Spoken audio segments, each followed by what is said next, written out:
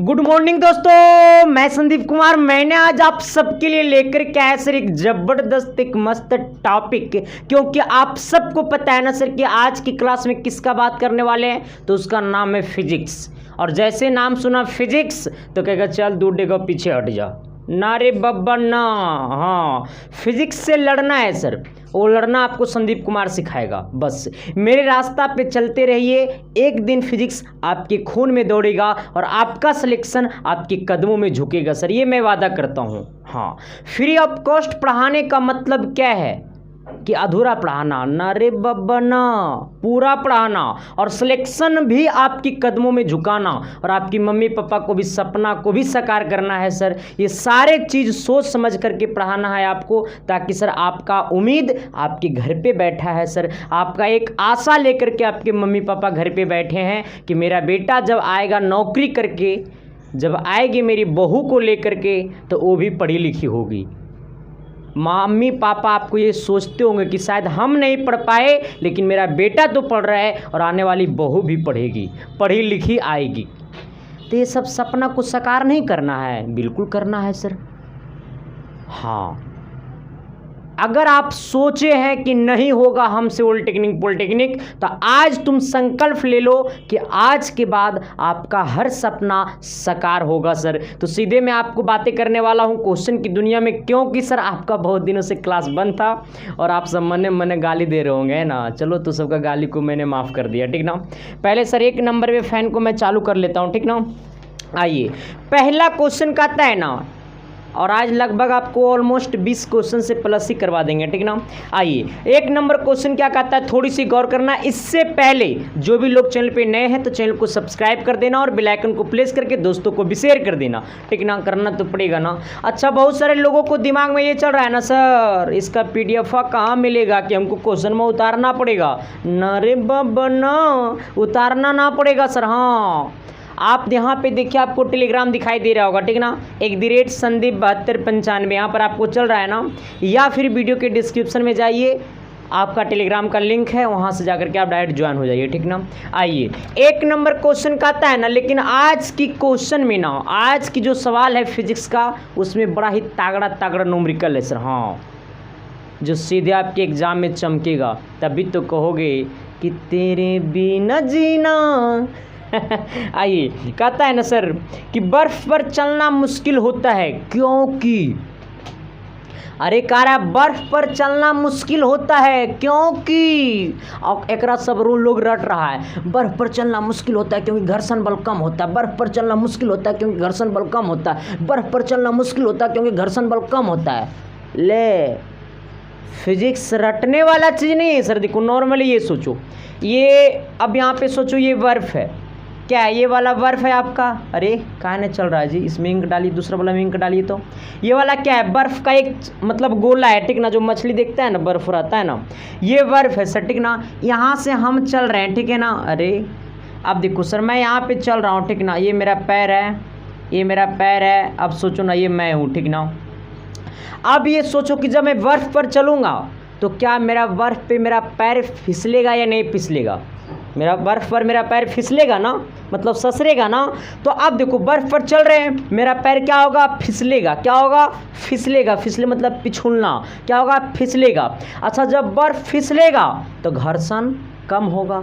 अरे नॉर्मली है ना, घर्षण किसे कहते हैं पता नहीं है, देख लो घर्षण किसे कहते हैं। देखो यहाँ पे जब, अच्छा ये सोचना, नॉर्मली तुम अभी सोचना, कुछ करना मत, नोचा नोची मत करिएगा, सिर्फ सोचिएगा, ठीक ना। आइए, इसको थोड़ा सा रखते हैं। देखिए इधर, यहाँ पे थोड़ा सा गौर करिएगा। ये वाला क्या है, ये वाला मार्कर है, ये वाला रेड मार्कर है। अच्छा, अभी ये वाला रेड मार्कर अभी अस्थिर है। रेड मार्कर, ऐसा नहीं सोचना कि तू पीछे से पकड़ ले अरे मास्टर वाह, ठीक नू, ये सब मत सोचना, ठीक ना। देखो, इसको मैं खड़ा कर देता हूँ अच्छा से। अच्छा, रेड मार्कर अभी क्या अस्थिर है ना। अब सोचना, रेड मार्कर को हमने आगे कर रहा है। अब सोचना कि जब रेड मार्कर को आगे कर रहे हैं तो ये ब्लू वाला मार्कर और रेड वाला मार्कर दोनों एक दूसरे से खर्रा रहा होगा। खर्रा रहा होगा मतलब एकदम घर्षण हो रहा होगा। क्या हो रहा होगा, घर्षण हो रहा होगा। क्या हो रहा होगा, घर्षण हो रहा होगा। घर्षण मतलब एक दूसरे के बीच क्या होना, मतलब कस के रगड़ा रगड़ी वाला काम, ठीक ना।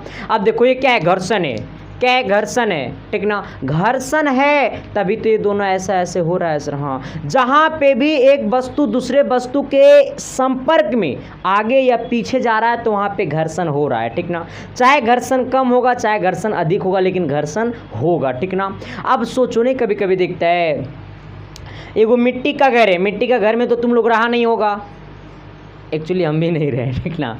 लेकिन मेरा गांव में मतलब मिट्टी के घर कुछ लोगों को है, तो मैं जाता हूँ तो देखता हूँ। मिट्टी का घर में क्या है ना कि आप पे पैर चलिएगा ना तो थोड़ा सा फिसलिएगा नहीं, मिट्टी के घर में नहीं फिसलिएगा जब तक वहाँ पानी नहीं गिर जाएगा, ठीक ना। मिट्टी के घर में नहीं फिसलिएगा, ठीक ना। अब अगर यही पक्का वाला घर में जाइएगा ना तो अगर थोड़ा सा पानी गिर रहा आप ऐसे फिसलन मारिएगा, बहुत से ना गिरिएगा या नहीं गिरिएगा ना। तो पक्के वाला घर पे घर्षण कम, मिट्टी वाला घर पे ज़्यादा घर्षण होगा ना, ज़्यादा घर्षण होगा। अब अगर जाइएगा टाइल्स वाला घर में, जहाँ पे लोग बड़ा बड़ा लोग रहते हैं, टाइल्स वाला में, ठीक ना, मार्बल वाला में, तो वहाँ पर जाइएगा ना तो वहाँ पर और तेज़ी से बिछलिएगा ना तो वहाँ पर और कम घर्षण होगा। अगर बर्फ़ की बात करेगा तो बर्फ़ पे हाथ पे जब बर्फ़ रखिएगा ना तो ऑटोमेटिकली बर्फ़ ऐसे पिछल के गिर जाएगा। क्योंकि वहाँ पे घर्षण कम। तो जहाँ पे घर्षण कम वहाँ पे चलना मुश्किल हो जाएगा, है ना। तो यही पूछा था सर कि बर्फ़ पर चलना मुश्किल क्यों है, क्योंकि वहाँ पे घर्षण कम है ना। आइए 2 नंबर कहता है ना, 2 नंबर कि आँख के रेटिना पर कैसा प्रतिबिंब बनता है। देखो सबसे पहली बात ये गौर करना ना कि आँख के रेटिना पर कैसा प्रतिबिंब बनता है। यहाँ पे थोड़ी सी गौर करिएगा, 2 नंबर ये जो है ना चिला, थोड़ी सी बड़ा मज़ेदार चीज़ है। आँख के कहाँ पे चिला, तो ये रेटिना पे। आखिर में रेटिना होता क्या है, तो देखो यहाँ पे थोड़ी सी गौर करना। ले रे देखो बाबू, देखो ना, आँख के जो रेटिना होता है ना सर, मतलब आँख जो है ना वो काम करता है किसके जैसा, तो आँख काम करता है उत्तल लेंस के जैसा। कैसे लेंस का जैसा काम करता है, उत्तल लेंस के जैसा, ठीक ना। अब तुम सोच लो, जब आँख काम करता है तुलना उत्तल लेंस के जैसा, आँख काम करता है उत्तल लेंस के जैसा, तो अब तुम सोचो रे चला कि उत्तल लेंस में एनी टाइम वस्तु का कैसा प्रतिबिंब बनाता है। एनी टाइम, अरे काहे नहीं लिखा रहा है, इंक नहीं जी, देखिए ना उसमें। एनी टाइम कैसा प्रतिबिंब बनाता है, वास्तविक प्रतिबिंब बनाता है, ठीक ना। और जब वस्तु का वास्तविक प्रतिबिंब बन रहा है तो ऐसे केस में वो क्या होगा, उल्टा होगा, ठीक ना। क्या होगा, उल्टा होगा। तो आँख के रेटिना कैसा व्यवहार करता है, तो उत्तल लेंस के जैसा व्यवहार करता है। आँख के रेटिना पे कैसा प्रतिबिंब बनता है, तो वास्तविक एवं उल्टा प्रतिबिंब बनता है, ठीक ना। वास्तविक एवं उल्टा बनता है। तो आँख किसके जैसा व्यवहार करता है, तो उत्तल लेंस के जैसा व्यवहार करता है। आँख के रेटिना पे कैसा प्रतिबिंब बनता है, तो वास्तविक एवं उल्टा बनता है। कैसा बनता है, वास्तविक एवं उल्टा बनता है। कैसा, वास्तविक एवं उल्टा बनता है। कैसा रे, वास्तविक एवं उल्टा बनता है। तो एक बार मेरे साथ बोलिएगा और एक बार जय इंडिया लिख करके कमेंट बॉक्स में कमेंट कर दीजिएगा सर, और सभी दोस्तों को भी शेयर कर दीजिएगा। और जो लोग चैनल पे नए हैं तो वो शांतिपूर्वक इंसानियत के नाते चैनल को सब्सक्राइब कर दीजिएगा, ठीक ना। आइए तो एक बार मेरे साथ बोलिएगा कि आँख कैसा व्यवहार करता है, तो उत्तल लेंस के जैसा व्यवहार करता है। आँख के रेटिना पे कैसा प्रतिबिंब बनता है, तो वास्तविक एवं उल्टा बनता है, ठीक ना। एक बात और मैं बता देना चाहता हूँ, मैं अपने धंधे की तरफ बात कर लेना चाहता हूँ सर। ये मेरा धंधा नहीं है, आखिर में आप सबका पॉलिटेक्निक क्लियर करने का एक बड़ा सहारा है सर, ठीक ना। तो जो भी लोग अभी तक ये 900 गेस प्रश्न नहीं लिया तो प्लीज़ सर जा कर के ले लो, जिसका प्राइस 100 रुपया था। टोटल 900 क्वेश्चन, जहाँ पर 300 फिजिक्स है, 300 केमिस्ट्री है, 300 मैथ है, ठीक ना। ये 100 रुपया तीनों का प्राइस था, लेकिन ये 100 रुपया को काट करके मात्र 60 रुपया कर दिया गया है, जिसका ऑफर सीमित समय के लिए, ठीक ना सर। ये 900 क्वेश्चन कर लो, ये मैं वादा करता हूँ सर कि आपका 40% क्वेश्चन ये 900 से ही आएगा। लगभग 3000 से अधिक, 4000 लगभग बच्चा 4000 खरीद लिया को ये वाला गेस प्रश्न, ठीक ना। तो जाकर के प्लीज़ सर आप खरीद लीजिए। खरीदने का क्या कारण है सर, खरीदने का क्या मतलब, कैसे खरीदेंगे, तो इसके लिए आपको यहाँ पे एक नंबर दिख रहा होगा 90 वाला नंबर, उस नंबर पे पेटीएम, पे फोन, गूगल पे 60 रुपया पेमेंट कर देना है, और वही व्हाट्सअप नंबर पे पेमेंट का स्क्रीनशॉट भेज देना है, और व्हाट्सअप के मैसेज में लिख देना है सर कि मुझे पॉलिटेक्निक का गेस को प्रश्न चाहिए। आपके पास मिनट भर में पीडीएफ फाइल सेंड कर देंगे, वो पीडीएफ को आप किसी साइबर कैफ से निकलवा लीजिएगा, अन्यथा आप मोबाइल में ही पढ़ लीजिएगा, ठीक ना। ऐसे समय कम है, मोबाइल में ही पढ़ लीजिएगा, ओके। अब आते हैं प्रश्न नंबर 3 की तरफ। 3 नंबर का आता है ना, कहाँ गली रही, देखो 3 नंबर न्यूमेरिकल है टिकनू, थोड़ा सा दिमाग हो जाएगा, लेकिन हम रहेंगे तो कुछ नहीं होगा। कहता है ना सर कि एक पानी के टैंक में 20 पूर्ण तरंगे प्रति सेकेंड उत्पादित की जाती है। अच्छा, आदि श्रृंखला एवं उसमें निकष्ट गति के बीच की दूरी 30 सेंटीमीटर है तो तरंग का वेग होगा। देखो यहाँ पे गौर करना, थोड़ा सा एक चीज पर गौर करना। हमसे क्या पूछा है वेग। अच्छा, आप सबको पता है कि v बराबर क्या होता है, तो वेग बराबर होता है, थोड़ा सा इधर लिखते हैं, अटेगा नहीं। ये कुछ नहीं, न्यूमेरिकल एकदम हल्का है, बहुत सारा लोग नहीं समझ पाया होगा, हम समझा दे रहे हैं, देख लो, टेंशन नहीं लेना है। संदीप कुमार जिंदा है। कहता है क्या एक पानी के टैंक में 20 पूर्ण तरंगे प्रति सेकेंड है। अच्छा, ये 20 क्या है, ये 20 क्या है, जो तरंगे है वो तरंगे कितना है, 20 मीटर प्रति सेकेंड है, ठीक ना। तो ये जो n होता है ना, इसका मतलब वो 20 जो है ना वो आवृत्ति है। क्या है वो 20 जो है वो क्या है, आवृत्ति कितना है, 20 आइएगा। फिर क्या बोला कि दूरी कितना है, 30 सेंटीमीटर दूरी, इसका मतलब तरंग दैर्घ्य कितना है, तरंग दैर्घ्य कितना है, 30 सेंटीमीटर, ठीक ना। आइएगा, हमसे क्या पूछा है, तो वेग पूछा है। क्वेश्चन समझा, तुम लोग नहीं समझा, आप समझ गया होगा। ये डाटा हमने लिख दिया ना तो आप समझ गए होंगे, बस ये डाटा को लिखना जरूरी था। आप लोग पकड़ नहीं पा रहे थे कि तरंग दैर्घ्य कौन होगा, आवृत्ति कौन होगा, ठीक ना। तो 20 सेंटीमीटर जो है ना वो क्या है, 20 जो है ना, 20 तरंगे प्रति सेकंड जो है ना वो क्या है, आवृत्ति है। अब एक चीज गौर कर लेना, क्या आवृत्ति को हम लोग n से लिखते हैं, ठीक ना, इस प्रकार से। तरंग दैर्घ्य को हम लोग ऐसे डिनोट करते हैं, ठीक ना, इसको डेल्टा बोलता है। वेग को हम लोग v से डिनोट करते हैं, ठीक ना। तो वेग बराबर होता है आवृत्ति गुने तरंग दैर्घ्य, ठीक ना। वेग बराबर होता है आवृत्ति गुने तरंग दैर्घ्य। आवृत्ति कितना है, 20, और गुने तरंग दैर्घ्य कितना है, 30, यानी कितना हो जाएगा, 600। 600 आंसर दे रहा है रे, हम पूछ रहे 600 सेंटीमीटर प्रति सेकेंड आंसर दे रहा है। वो कहेगा मम्मी पापा आंसर आया। आओ अगला कहता है ना, रेडियो तरंग की चाल और प्रकाश की तरंग की चाल का अनुपात होगा। अच्छा, रेडियो तरंग की चाल और प्रकाश की तरंग की चाल का अनुपात होगा, लेकिन अब बहुत सारा बच्चा का डाउट ये हो गया कि सर प्रकाश की तरंग की चाल क्या होता है, कमेंट कर दो। जो कमेंट नहीं करेगा उसका साली से शादी हम करेंगे, साली से हाथ धो लेना। तू अच्छा, हमको शादी कौन कराएगा, तुम लोग का सलिएशन करेंगे जी। आइए, ये प्रश्न में प्रकाश की तरंग की चाल कितना होता है, कमेंट कर दो। अरे प्रकाश की चाल क्या होता है, जल्दी से जल्दी कमेंट करो, और जो अच्छे कमेंट करेगा उसका नाम भी लेंगे, जिनका सही जवाब रहेगा उनका नाम लेंगे। प्रकाश की चाल नहीं जानता है, अरे 10वीं में नहीं पढ़ा था प्रकाश की चाल, कह रहा गुरुजी पढ़े नहीं थे, बल भूल गए, क्या करिएगा। गर्लफ्रेंड का नाम भूलता है कभी, कहेगा ना रे बाबा ना, तो ये कैसे भूल गया रे बाबा, ऑफलाइन क्लास में आता नू तो मंगवा देते मार के। अब देखिए सर ये सब का कितना मेमोरी पावर है कि क्या पहन के आई थी उस दिन, वो याद रहता है ना। प्यार वो चीज़ होता है ना, कहेगा गुरु जी किया क्या, देखो ये सब ना करते हैं।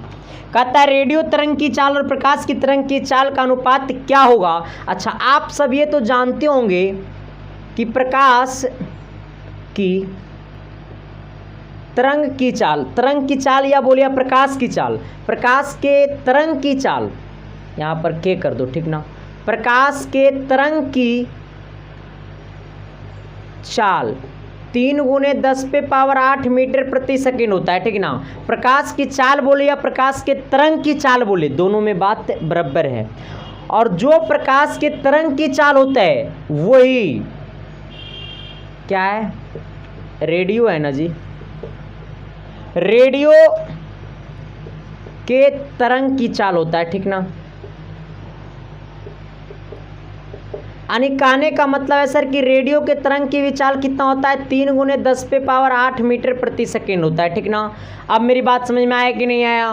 तो प्रकाश की चाल कितना होता है 3 × 10⁸ मीटर प्रति सेकेंड होता है। सब तो आज आपको 10वें में पढ़ने का था। रेडियो के तरंग की चाल कितना होता है, सेम होता है, ठीक ना। तो जो प्रकाश के तरंग की चाल होता है वही रेडियो के तरंग की चाल होता है। और पूछा है दोनों का अनुपात, इसका मतलब इसका और इसका अनुपात क्या होगा। तो ऊपर में कितना है 3 × 10⁸ मीटर प्रति सेकेंड और नीचे वाला भी कितना 3 × 10⁸ मीटर प्रति सेकेंड। इससे ये पूरा गला खोपचा में आंसर कितना आ गया 1। ना तो 1 से छोटा ना तो 1 से बड़ा, ओनली फॉर कितना होगा 1 के बराबर, ओनली फॉर 1 के बराबर, ओनली फॉर 1 के बराबर। बात बुझे रही। अच्छा, अगर जिनको जिनको याद रहता तरंग की चाल वो सब मिनट भर में कि सेकेंड भर में आंसर का जवाब देता, ठीक ना। तो यही सब होता है सर। जब हार्ड क्वेश्चन एक आध दो पूछेगा तो जिसमें तुम लोग टाइम ले पाएगा ना, तो टाइम मैनेज कौन सा क्वेश्चन करेगा, यही सब क्वेश्चन टाइम मैनेज करेगा, ठीक ना। हाँ, तो जो तरंग की चाल होता है, जो रेडियो की चाल होता है वही प्रकाश की चाल होता है, ठीक ना। तो जो रेडियो की चाल होता है वही प्रकाश की चाल होता है। यहाँ तक में किसी प्रकार की दिक्कत तो क्या मैंने जो बोला वो चमका ना जी। अरे एस या नो तो बोलिए ना जी, तो अगले प्रश्न की तो बढ़िए ना जी। बढ़ोगे ना बढ़ोगे। चलिए आइए अगला प्रश्न देखिएगा ना, तो आपको फिगरें देख के आप डर जाइएगा, लेकिन डरना नहीं है। ये फिगर वाला जितना भी क्वेश्चन रहता है ना वो बड़ा हल्का रहता है, क्योंकि इसमें फिगर बनाने की ज़रूरत ही नहीं है। और नॉर्मली हम लोग क्वेश्चन को क्या करते हैं, सबसे पहले इसका डायग्राम सोचते हैं कि वो ऐसे बनेगा, और वो डायग्राम दिया हुआ है तब तो इसको बनाना बहुत आसान है, ठीक ना। आइए थोड़ा सा सबसे पहले फिगर बना देना चाहता हूँ, ठीक ना। यहाँ से देखिए कुछ इस प्रकार से है। ये वाला पेन ज़्यादा चमक नहीं रहा है, जो ज़्यादा चमकेगा उसी को लेंगे हम। आइएगा सर, यहाँ पे 1 है, फिर ये आपका 2 है, फिर ये आपका 3 है, फिर ये आपका 4 है, फिर ये आपका 5 है, फिर ये आपका कितना है 6 है, ठीक ना। लेकिन ये जो है ना नीचे वाला वो क्या है, समय है, ओके। फिर यहाँ पे कितना है, तो यहाँ पे आपका 10 है, फिर ये वाला 20 है, फिर ये वाला 30 है, फिर ये वाला 40 है, फिर ये वाला 50 है। आइएगा इस प्रकार से है, ठीक। यहाँ से कुछ इस प्रकार से है, ला ला ला ला ला, आइएगा इस प्रकार से गया हुआ है, ठीक ना। ये वाला ए है, यहाँ पे आपका ये वाला बी है, ठीक ना। फिर ये इस प्रकार से है, इस प्रकार से है, इस प्रकार से है, थोड़ा सा इसको आगे बढ़ा दिया गया, ये बी है, ठीक ना। आइए हमसे क्या पूछे है, अब थोड़ा सा गौर करना। कह रहा है दी गई आकृति के अनुसार पिंड का त्वरण ए और बी के बीच है। अच्छा, पिंड का त्वरण ए और बी के बीच, पिंड का त्वरण ए और बी के बीच, ये वाला ए है और ये वाला क्या है, बी है। तो पिंड का त्वरण निकालना, क्या निकालना है, त्वरण। और त्वरण बोले तो एक्सीलरेशन, एक्सीलरेशन बराबर क्या होता है, v - u/t, ठीक ना। v - u/t यानी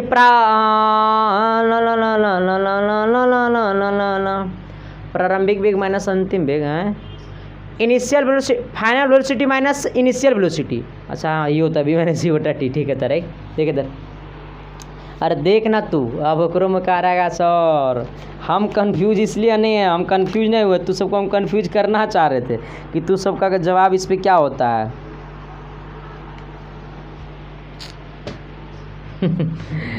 तेरे बिना जीना मुश्किल है, u - v होता है। अच्छा, अब तो पता चल गया होगा कि मास्टरबा डेली पढ़ाता है एक ही चीज़ को ऑफलाइन ऑनलाइन में, जो कभी कभी गड़बड़ा जाता है।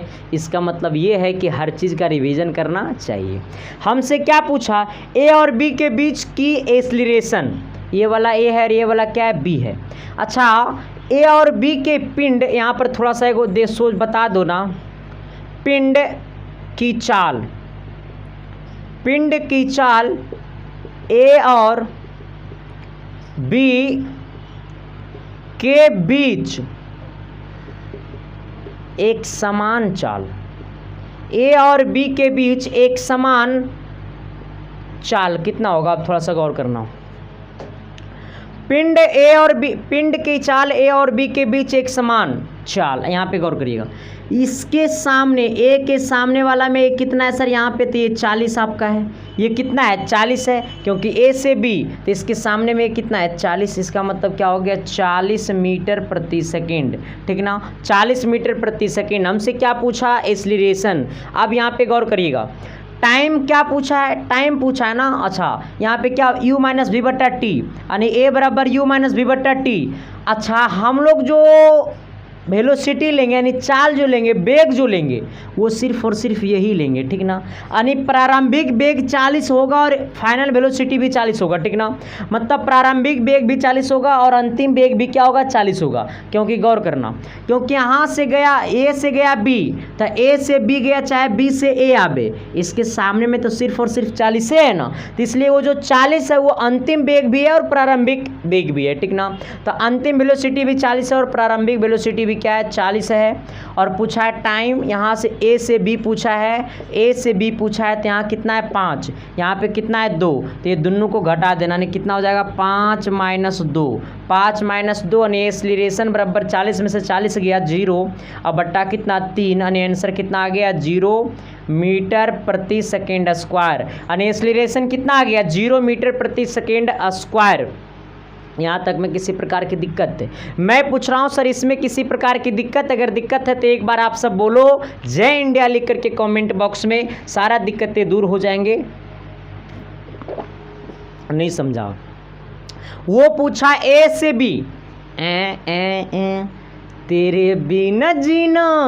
अब देखो ए से बी, ए से बी, तो ए के सामने वाला में कितना है 40, ना कि 30 लेना, ना कि 20 लेना, ना तो 10 लेना, ना तो 50 लेना बोला ए से बी, तो ए से बी के सामने में कितना है 40 लेना। आइए अगला प्रश्न कहता है ना सर, थोड़ी सी गौर करना तभी तो कहोगे कि तेरे बिना जीना। हम नहीं गाएंगे।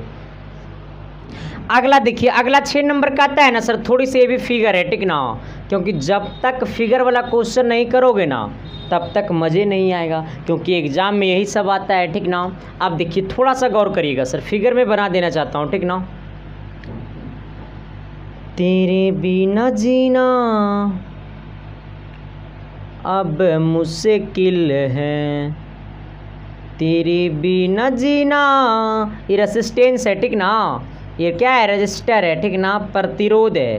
अच्छा आइएगा, ये भी क्या है प्रतिरोध है, ओके। ये भी 3 कुल ओम है, ये भी कितना है 3 है, ये भी कितना है 3 ओम का प्रतिरोध है, ये भी कितना है 3 ओम का है। ये वाला ए है, ये वाला क्या है सर, ये वाला बी है, ठीक ना, ये भी कितना है 3 ओम का है। हमसे क्या पूछा है, तो हमसे पूछा है ना कि चित्रानुसार ए और बी के बीच परिणामी प्रतिरोध का मान होगा। बोला है क्या ए और बी के बीच का परिणामी प्रतिरोध क्या होगा।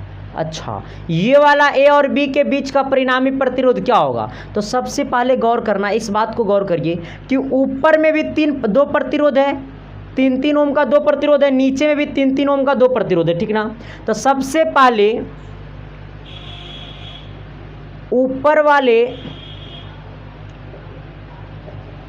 संयोजन का समतुल्य प्रतिरोध क्या होगा।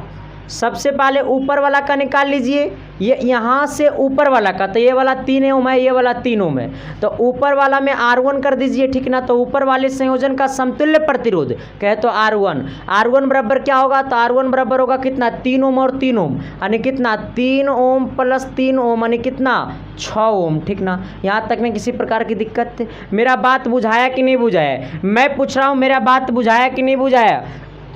इसी प्रकार से ये नीचे में भी 2 है, तो अब लिखो नीचे वाले संयोजन का समतुल्य प्रतिरोध क्या होगा R2। तो R2 का मान क्या होगा, तो नीचे 3 और नीचे 3 यानी कितना 3 और 3 ये भी हो जाएगा 6 ओम, है ना। अब देखिए हमसे क्या पूछा, हमसे पूछा ए और बी के बीच का समतुल्य परिणामी प्रतिरोध क्या होगा, ए और बी के बीच। तो यहाँ पे गौर करिएगा 1/R बराबर 1/R1 plus 1/R2 plus 1/R3। अब यहाँ पे गौर करिएगा ए और बी के बीच, अब यहाँ पे थोड़ी सी एक चीज़ पे गौर करिएगा, कि ये 1/R1 प्लस कितना, ये 1/R2 प्लस 1/R3। अच्छा, ये R3 का मान इसी को मान लेना, ठीक ना, क्योंकि R3 यही होगा। ओके, अब यहाँ पे 1/R बराबर, क्योंकि ये इसके और इसके बीच निकालना है, तो अब इसका फिगर इस प्रकार से हो गया। ये वाला 3 है, ये वाला A है, ये भी 3 है। अब ये क्या है, B, सॉरी ये वाला B है, ये भी कितना है, A है, ये भी कितना है, तीनों में। अब इसका समतुल्य प्रतिरोध क्या होगा, लेकिन ये कौन से क्रम में है, श्रेणी क्रम में, समांतर क्रम में है, ठीक ना। इस प्रकार से मतलब इसी एक की रेसिस्टेंस में नहीं है, समांतर क्रम में है। ओके, आएगा तो 1/R1, R1 की वैल्यू कितना आया 6 प्लस 1/3 प्लस कितना 1/6 आएगा ना। R2 का वैल्यू 6 है ना जी, तो 1/R बराबर कितना हो जाएगा LCM 6, 1 प्लस 2 प्लस कितना 1, यानी 1/R बराबर का कितना हो जाएगा, यहाँ पे इसको जोड़िएगा तो हो जाएगा 4/6। अच्छा, काटिएगा तो 2 से काटिए, 2 दूनी 4 और 2 तिया कितना 6, 3 बार में, यानी ये हो गया आपका कितना 1/R बराबर 2/3। अच्छा, ये 2/3 का आने का मतलब ना कि ये 1/R है ना, तो इसको R/1 कर दीजिए, यानी R बराबर नीचे 1 भेज दीजिए, तो यानी उल्टा कर दीजिए, ये R को ऊपर और नीचे 1। तो इसी प्रकार से ये 3 ऊपर चला जाएगा, 2 नीचे आ जाएगा, इसको काटिएगा तो 1.5 बार में कट जाएगा, यानी R का जो मान आएगा वो कितना आ जाएगा 1.5 ओम। किसी प्रकार की दिक्कत, मैं पूछ रहा हूँ किसी प्रकार की दिक्कत, अगर दिक्कत है सर तो मेरे को बोलो, सारी समस्याओं को दूर कर देंगे। देखिए, सबसे पहले करना क्या है ना, कुछ नहीं करना, सिंपल कंडीशन है, सिंपल बात है। सबसे पहले ऊपर वाला का समतुल्य प्रतिरोध निकालना है, फिर नीचे वाला का समतुल्य प्रतिरोध निकालना है। हमसे पूछा A और B के बीच का परिणामी प्रतिरोध क्या होगा, तो A और B के बीच का परिणामी प्रतिरोध होगा क्या, तो 1/R बराबर 1/R1 plus 1/R2 plus 1/R3, ठीक ना। ऐसा मत सोचिएगा सर कि एक ही रेसिस्टेंस में है तो सबको जोड़ दीजिए, ऐसा कुछ नहीं है। यहाँ पर रेसिस्टेंस आपको इस प्रकार से है, नहीं ये प्लेन है सर, ठीक ना। ऐसे केस में 1/R बराबर 1/R1 plus 1/R2 plus 1/R3, यहाँ पे दिया हुआ R1 की वैल्यू 6 आया, R2 की वैल्यू 6 है, यहाँ पर 3 तो दिया हुआ है, ठीक ना एगो। अच्छा, वो थोड़ा सा देख लेना, ये R2 इसी को कर दो, ठीक ना, इसको R3 कर दो, इसको R3 कर दो, इसको R2 कर दो, ठीक ना, तब थोड़ा सा अच्छा लगेगा। ऐसे उल्टा पुल्टा लिख दिए थे, ठीक ना। तो यहाँ तक में किसी प्रकार की दिक्कत, अगर दिक्कत है सर तो मेरे को बोलो, सारी समस्याएं को दूर कर देंगे, ठीक ना। आइए, कहाँ गया अगला प्रश्न, कहता है ना, पता है क्या कहते हैं, कहता है देखिए, कहता है एमीटर और वोल्ट मीटर चित्रानुसार जोड़े गए हैं, जिनका पाठ्यांक क्रमशः 2 एम्पियर और 6 वोल्ट है। अच्छा, 2 एम्पियर और 6 वोल्ट है। फिगर को गोली मार, मैं पूछ रहा हूँ फिगर को गोली मार दो, फिगर पर ध्यान ना दो। फिगर पर ध्यान दोगे तो ज़िंदगी बर्बाद हो जाएगा सर, क्योंकि आज मार्केट में आजकल बहुत फिगर दिखाई देता है। कहता है क्या कि एमीटर और वोल्ट मीटर चित्रानुसार जोड़े गए हैं, जिनके पाठ्यांक क्रमशः 2 एम्पियर और 6 वोल्ट है। अच्छा, एम्पियर मतलब करंट कितना है, तो आई का मान है 2 एम्पियर। अच्छा, वोल्ट कितना है 6 वोल्ट है। फिर हमसे क्या पूछा, आर का मान पूछा। अब तुम सोच लो रे, चला हमसे पूछा आर का मान, प्रतिरोध पूछा है, तो आर बराबर होता है V/I, आर बराबर V/I, V का वैल्यू 6 है, आई का मान 2 है, काट देना, आंसर 3 आ जाएगा। अरे आंसर कितना आ गया 3 ओम। No problem, no doubt, no चित्र उत्र वह, ठीक ना। इधर फिगर से गोली मार दो, जो बिना फिगर का बन रहा तो फिगर का आलम बनाने जाएंगे रे, उल्टा काम करेंगे ना, उल्टा काम ना रे बाबा ना, सीधा काम करना है लाइफ में। हाँ, आइए अब अगला प्रश्न कहता है ना सर, प्रश्न नंबर कितना होगा 8 नंबर, सॉरी हाँ 8 नंबर। 8 नंबर पता है क्या कहते हैं, कि अब जीऊँगा भी तुम्हारे साथ, अब मरूंगा भी तुम्हारे साथ। हाँ, चलिए आइए देखिए अगला नंबर प्रश्न जो है ना, थोड़ी सी भी फिगरे वाला है, ठीक ना। अरे आज मैंने आपको कहा है ना सर कि वैसे वैसे क्वेश्चन करवा देंगे जो आपके एग्जाम में चमकेगा, ठीक ना। आओ, कहता है ना सर इसका फिगर बनाना ज़रूरी है फिगर बनाने की कोई ज़रूरत नहीं, लेकिन अब मैं बना देता हूँ, ठीक ना। देखिए, जब तक फिगर नहीं बनाइएगा ना तब तक इसमें क्लियर ही नहीं होगा, ठीक ना। ये अच्छा हाँ, ये वाला आपका यहाँ पे क्या है, ये वाला आपका 0 है, फिर बोला ये 2 है, फिर बोला ये 4 है, फिर बोला ये 6 है, लेकिन ये वाला कितना बोला 8 है। यहाँ पे ये वाला 5 है, 10 है, 15 है, आगे कितना है 20 है, फिर आगे आपका 25 है, ठीक ना। कुछ इस प्रकार से दिया हुआ है। ओके, आइएगा कुछ इस प्रकार से है सर। हमसे क्या पूछा, ये वाला नीचे वाला जो है वो आपका सारा का सारा वो क्या है, समय है। ये वाला आपका क्या है, ये वेग है, ठीक ना। ये वाला यहाँ से यहाँ जो पूरा क्या है, ये वेग है। ये वाला क्या है, टाइम है। टाइम है। हमसे क्या पूछा, कार्य दिए गए काल वेग ग्राफ के अनुसार पहले 4 सेकेंड में वस्तु द्वारा तय की गई दूरी। पहले 4 सेकेंड में टाइम कितना बोल दिया गया, 4 सेकेंड में बोल दिया गया। पहले 4 सेकेंड में वस्तु द्वारा तय की गई दूरी। हमसे क्या पूछा, दूरी, यानी एस का मान पूछा, एस बराबर वाट। आइएगा, पहले 4 सेकेंड में, यहाँ पे गौर करिएगा, पहले 4 सेकेंड ये वाला है। अब इसको थोड़ा सा ऐसे कीजिएगा, देखिए क्या होगा। इसका मतलब यहाँ से शुरू किया है, तो ये जो शुरू किया है वो वेग कितना से, तो ये 5 वाला वेग से शुरू किया है। इसका मतलब प्रारंभिक वेग कितना हो जाएगा, 5 मीटर प्रति सेकेंड। अब वो कहाँ पे अंत हो गया, तो ये अंत हो गया 15 पे, तो इसका मतलब फाइनल वेलोसिटी कितना हो गया, 15 मीटर प्रति सेकेंड। नहीं, मेरा बात बुझाया। ये ग्राफ का रूल है सर, फिर से मेरी बातों को सोचने का प्रयास करिएगा। यहाँ पे बोला 4 सेकेंड में अंतिम है, ठीक ना। तो यहाँ पे देखिए, यहाँ से ये चलना प्रारंभ किया तो ये प्रारंभिक वेग कितना हो जाएगा, 5 हो जाएगा। अब वो चलता गया 4 पे है, ठीक ना, 4 के मुकाबले में है, तो 4 के मुकाबले में। अब इसको थोड़ा सा इधर करिएगा, तो ये अब यहाँ पे क्या हो गया, ये लास्ट हो गया, मतलब यहाँ से यहाँ गया, तो यहाँ से यहाँ गया, अरे यहाँ से यहाँ गया, इसका मतलब ये यहाँ से यहाँ गया, तो यहाँ 5 था, यहाँ कितना है, 15। तो जहाँ से शुरू हुआ वो है 5, जहाँ पे अंत किया वो है 15, मतलब इनिशियल वेलोसिटी 5, तो फाइनल वेलोसिटी 15। हमसे क्या पूछा है, समय, सॉरी दूरी पूछा है। अच्छा, एक्सीलरेशन क्या होगा, तो u माइनस वी बट्टा टी, यही ना होता रे। अब v minus you by T, v minus you by T, उस टाइम भी गलत सलत देख लेता है सब। देखो इधर आना, यहाँ पे देखो 15 में से कितना गया, 15 माइनस 5 बट्टा कितना, टाइम कितना है रे, 4 सेकेंड।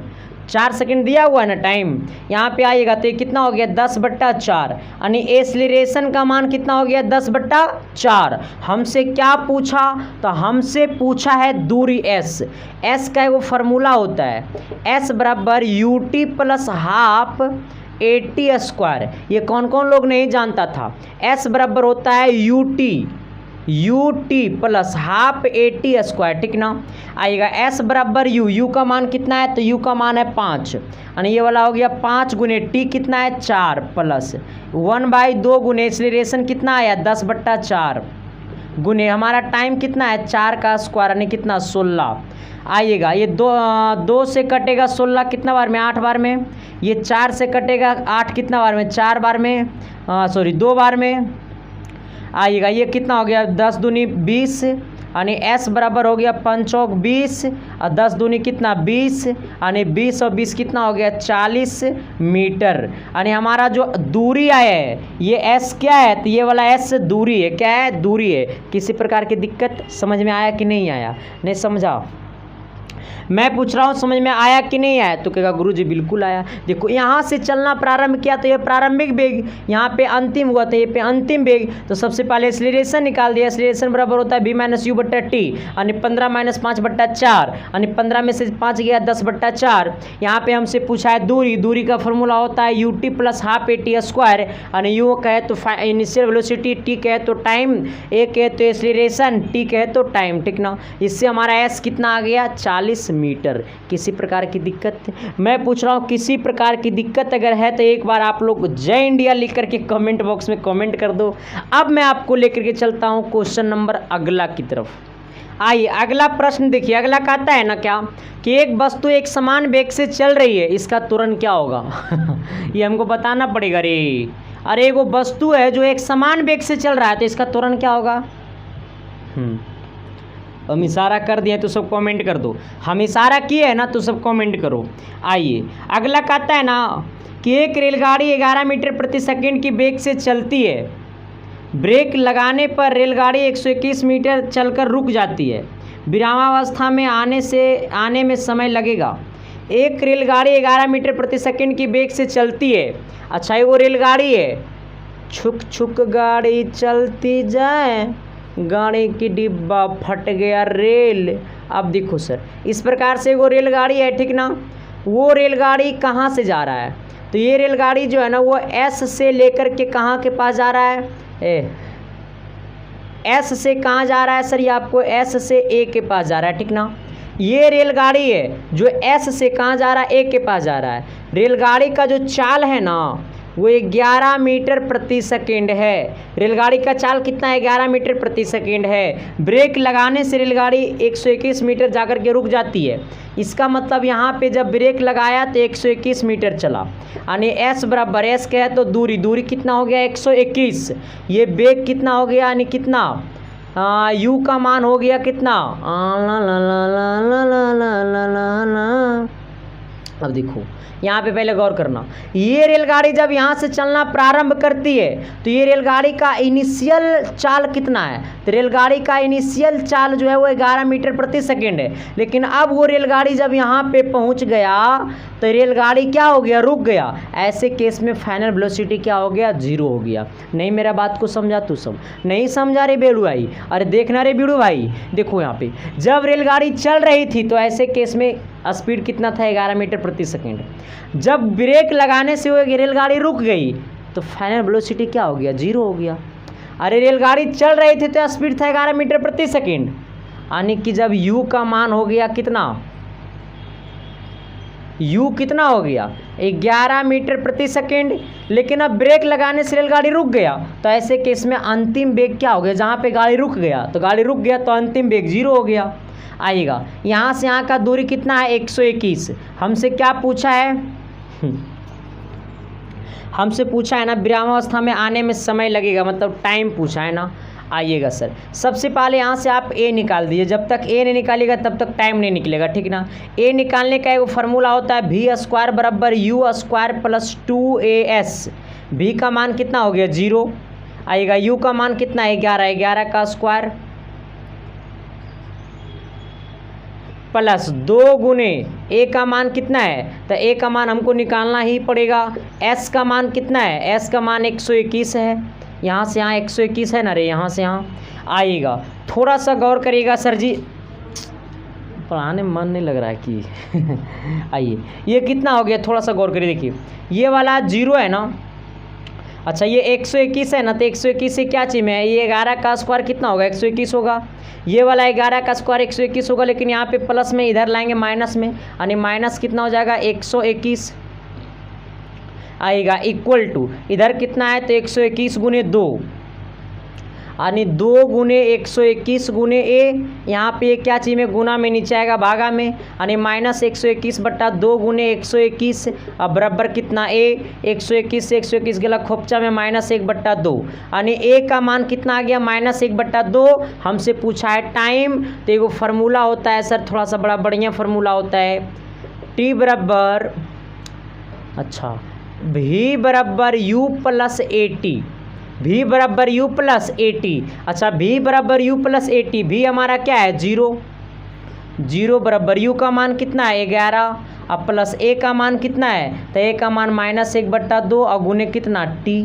आइएगा यहाँ पे आइएगा तो ये कितना है माइनस, ये वाला कितना है माइनस, सॉरी ये वाला कितना है 11, इधर आएगा तो ये -11, यहाँ पे कितना हो जाएगा -1/2 गुने टी, ये माइनस से माइनस गला खोपचा में, ये यहाँ पे 2 गुना भागा में न जाएगा गुना में, यानी 11 दूनी 22, यानी टी का मान कितना हो गया सर ये आपका 22 सेकेंड, यानी टी का मान कितना हो गया 22 सेकेंड। किसी प्रकार की दिक्कत, यहाँ से सबसे पहले ये वाला फार्मूला से आप यहाँ पे ए निकाल लो, ए निकालने के बाद ये वाला फार्मूला से आप टी निकाल लो, ठीक ना, बात बन जाएगा। क्या हो जाएगा, बात बन जाएगा सर। यहाँ तक में किसी प्रकार की दिक्कत, अगर दिक्कत है तो एक बार मेरे को बोलो सर, सारी समस्याएं को दूर कर देंगे।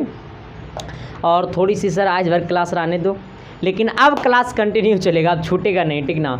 अब एक दिन में 2 क्लास चलेगा, ओके। तो देखते रहना है इसकी साइंस क्लासेस। चैनल पे नहीं हो तो चैनल को सब्सक्राइब भी कर देना, और मिलते हैं आप सबके बीच अगली क्लास में। तब तक के लिए bye, thank you, love you.